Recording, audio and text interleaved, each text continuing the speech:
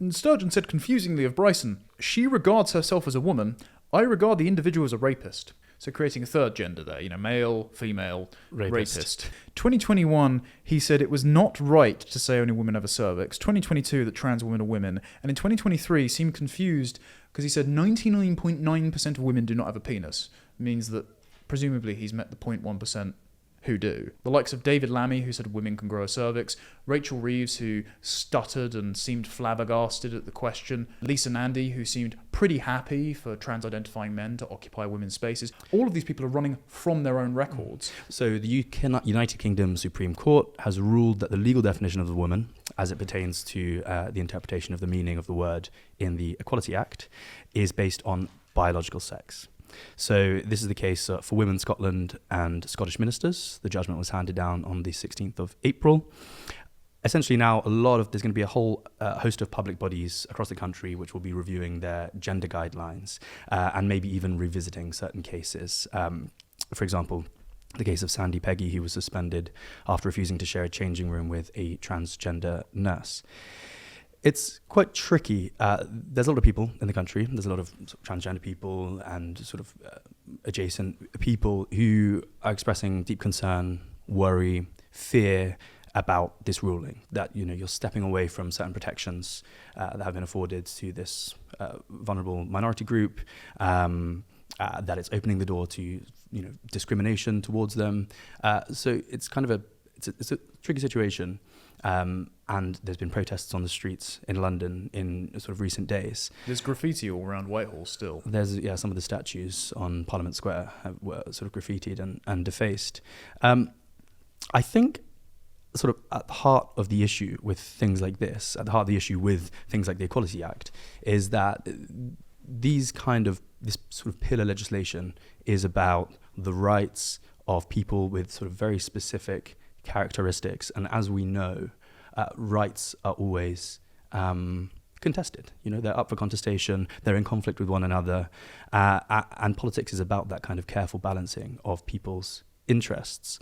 So it's kind of remarkable that we've gotten to the point where this is being litigated through the courts, and we haven't really managed to come to a sort of sensible conclusion from having a public conversation about these issues. I read the judgment. It was very long, but I think it's worth sort of going through a couple of notes on the summary. So the central question on the appeal was whether the Equality Act 2010 treats trans women with a sort of gender recognition certificate, which some, not very many, but some people can obtain to sort of basically say, I am officially, according to the state, changed my gender, I'm a different gender now. Treating them as a woman for all purposes within the scope of its provisions, or whether when the Act speaks of women and sex, it's referring to something else. They basically decided it was referring to biological women and biological sex. They basically said that the context in which the Act was enacted, the definitions which were used for man and woman referred very strictly to biological sex, and that trans people had a protected characteristic of gender reassignment. So they do have protections, but it doesn't pertain to their nature as a woman. It pertains to their having had gender reassignment. Basically, they were concerned that reinterpreting sex as certificated sex would cut across the definition of man and woman, would therefore undermine the protections which are afforded very specifically, for example, those relating to pregnancy and maternity, and specific risks affecting women around safety, which the Act was trying to sort of solve for. They did stress that, it shouldn't be a disadvantage to trans people, this ruling, with or without a gender recognition certificate, because there's been plenty of case law interpreting the relevant provisions which would enable a trans person to sort of invoke those provisions on direct discrimination and harassment. So basically, they've just been engaged in this exercise of carefully trying to make sense in a very congruent way about, how do we in society protect women according to the Equality Act? But there is something fundamental about having to rely on this, again, Blairite legislation to determine how we treat people in society. So for those who aren't familiar with the Four Women Scotland versus Scottish Ministers case, it was brought forward because Scotland passed the Gender Representation on Public Boards in Scotland Act in 2018. And this was trying to insist that positive action under the Equality Act, which means discrimination against predominantly straight white men, would happen so that they got 50-50 representation on public governing boards of men and women. The problem is they defined woman as anyone who identified as a woman under the rubric of gender, not under biological sex. So the group that brought this forward, For Women Scotland, were seeking to redefine the definition of woman for that act, and under the Equality Act, therefore, sort of buttressing legislation for it, as adult human female, the biological definition. Of course, the Supreme Court ruled in their favour. What's to be noted here is that For Women Scotland and the broader TERF movement are not opposed to the Equality Act, and they're not opposed to positive action, discrimination against straight white men. So they are opposed to the stage in the revolution towards the abolition of sex differences, that is the Gender Recognition Act, but not sort of 60s, 70s affirmative action feminism that mandates 50-50 women in boardrooms, in politics, the sort of gender pay gap feminism, right? They're not relitigating any of that. They just want the revolution to stop here and to rewind it a little bit. So that's worth noting. Now, at the same time that this happened, or preceding the fact that this judgment had happened, was the Isla Bryson controversy, which I'm sure you remember, but for those who don't remember, a trans-identifying male rapist called actually Adam Graham was imprisoned for 8 years in 2023 over 2 rapes in 2016 and 2019. He was initially remanded in a women's jail. Now, his ex-wife had said he'd never had gender dysphoria, so it seems like he was just trying to use, like a wolf in sheep's clothing, the claim of transgenderism to be around vulnerable women in prison and to prey on them. And, rapes have happened in prison from trans-identifying sex offenders, a disproportionate number of women before. So something worth worrying about. Nicola Sturgeon, though, former Scottish minister, didn't worry about this because she was trying to pass the gender recognition reform that was proposed in 2022 and actually blocked by Section 35 of the Scotland Act of 1998 in 2023 by the Sunak government, which would allow that anyone to change their legal registered sex by self-identification. She was trying to pass that at the time. So the Isla Bryson case came up, and Sturgeon said confusingly of Bryson, quote, "She regards herself as a woman. I regard the individual as a rapist." So creating a third gender there, male, female, rapist. Okay. Very confusing. Worth noting, Sturgeon then stepped down 2 months later as First Minister, and this was seen as the first domino in the fall of her long career. So let's fast forward to 2025 with the Supreme Court issuing the judgment on Tuesday the 16th, and they just said, the Equality Act 2010 judgment is for biological sex, adult human female. However, this only governs single-sex spaces. So it governs changing rooms, sports, public sector buildings, NHS care, and toilets. The problem is, it only governs that insofar as you say these are single-sex. If you say all gender as a private premises, you can still get away with forcing the only toilets to be male and female, as long as you're not false advertising that it's sex, not gender. Right. So they can still have biological men entering the women's toilets, so long as they say it's a female gendered toilet and put the woman's logo on the door. Because they can say as a premises, they're going by the definition of gender under both the Equality Act and the Gender Reassignment Act, not the definition of biological sex. So the issue isn't still resolved. You're still going to see men wandering into women's loos. Right. So because if you have something which is stated as female sex, a woman's toilet, yes. Then obviously that then has to be fulfilled according to the Equality Act and according to this definition. Yes. But if you just say it's a toilet that people, you don't actually give the provision for a woman toilet, yes. Then sort of anyone can go in. And then obviously like a lot of businesses and places get around that by just having gender neutral toilets or cubicles or any of these sorts of things. And I mean, we increasingly see a lot more of those. But I suppose for some of these women who do really feel like this is a matter of great importance, who feel vulnerable. A lot of women who've been very vocal advocates, J.K. Rowling is one of them in this area, are advocates because they have experienced significant sort of abuse from men in their lives.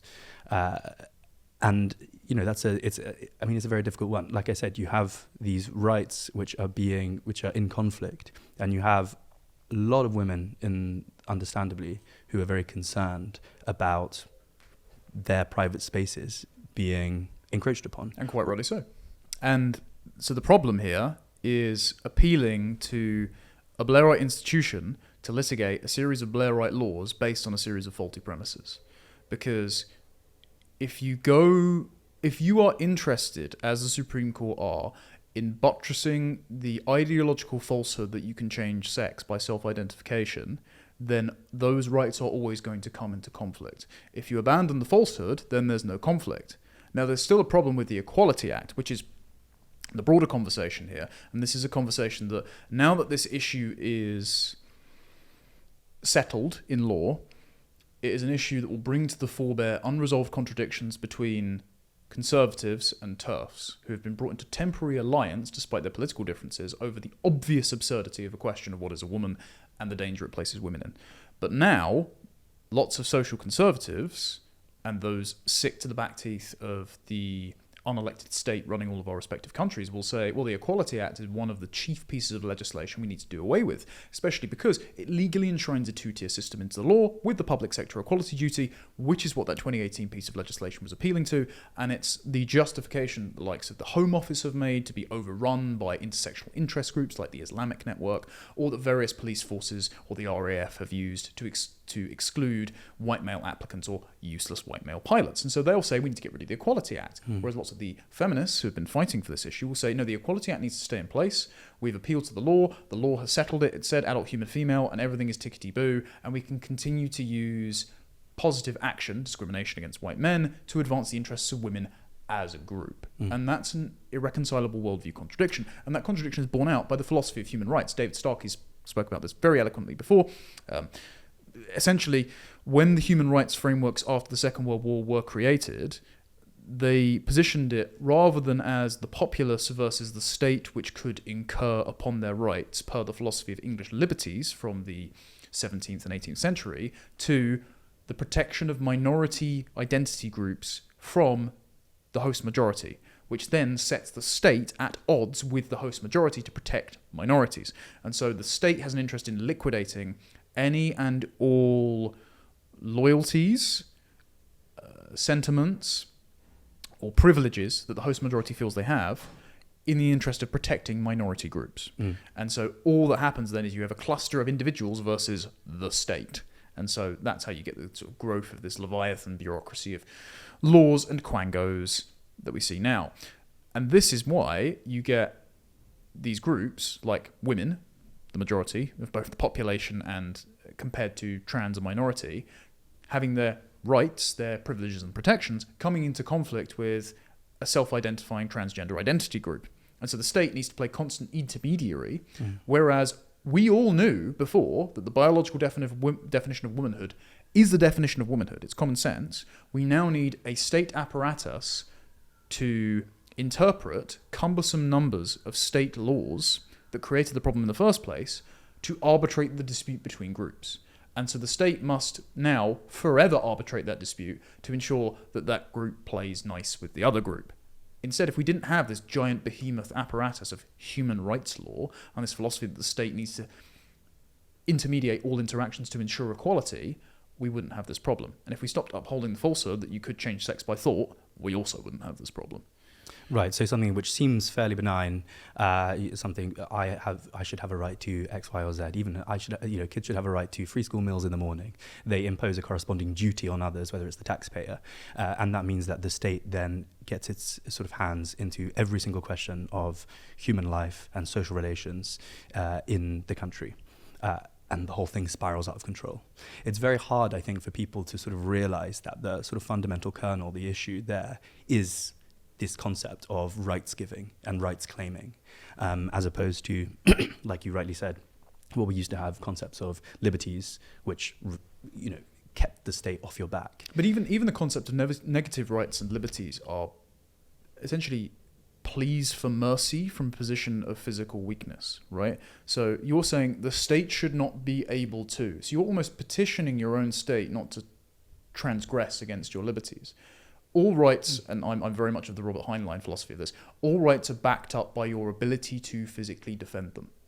Otherwise, you are asking the state, which has a monopoly on force, to give you things that you would otherwise pursue of your own accord. So even to an extent, negative rights can be easily flipped into positive rights, because if the state doesn't acquiesce to your plea for those hard boundaries between your liberties and their power, then you're at their behest at all times. And especially in the framework of sort of liberal individualist materialism, negative rights can be flipped into positive rights quite quickly. So you say, for example, I have a right to not have my body physically harmed.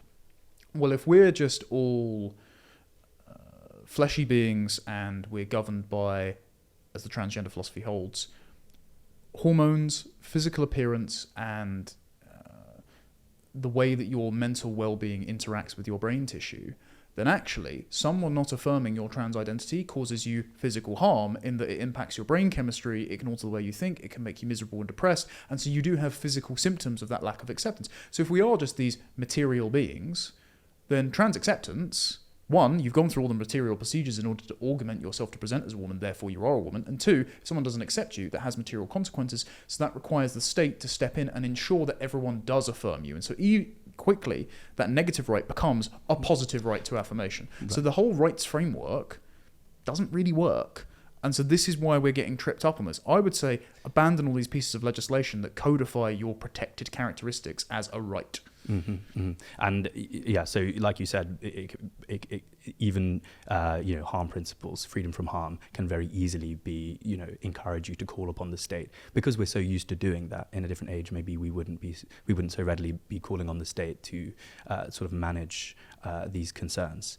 One last thing to mention, if we can we talk about the political response to this? Because obviously we've just had PMQs at time of recording, and someone joked Kemi Badenoch clearly had her Weetabix this morning, because I've been critical of Kemi in the past, but on this issue she can claim credibility. She excoriated Starmer for the fact that 2021 he said it was not right to say only women have a cervix, 2022 that trans women are women, and in 2023 seemed confused because he said 99.9% of women do not have a penis. It means that presumably he's met the 0.1% who do. And it was only in July 2024, or June 2024, in the run-up to the July election, that he said Tony Blair is right, women do not have a penis. And now he's backtracking from his own record. He needed Tony Blair to give him that He needed the Supreme Court to say, well, the issue's settled now. I mean, there is the joke that he has no internal monologue, the man has no favourite books, he doesn't dream, he literally outsources all of his critical thinking capacities to the Tony Blair or Tony Blair's institutions. But on a broader point, the likes of David Lammy, who said women can grow a cervix, Rachel Reeves, who stuttered and seemed flabbergasted at the question, is a woman an adult human female? Lisa Nandy, who seemed pretty happy for trans-identifying men to occupy women's spaces.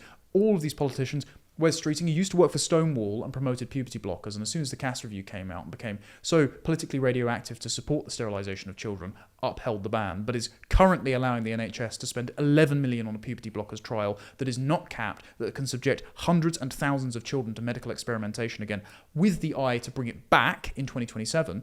All of these people are running from their own records. It is worth noting that people can change their minds, and politicians often do, but it is slightly on suspicious. On the definition of a woman. But it is slightly suspicious that essentially for things even, like this, we have a whole sort of cast of figures who treat these important questions as just fashions.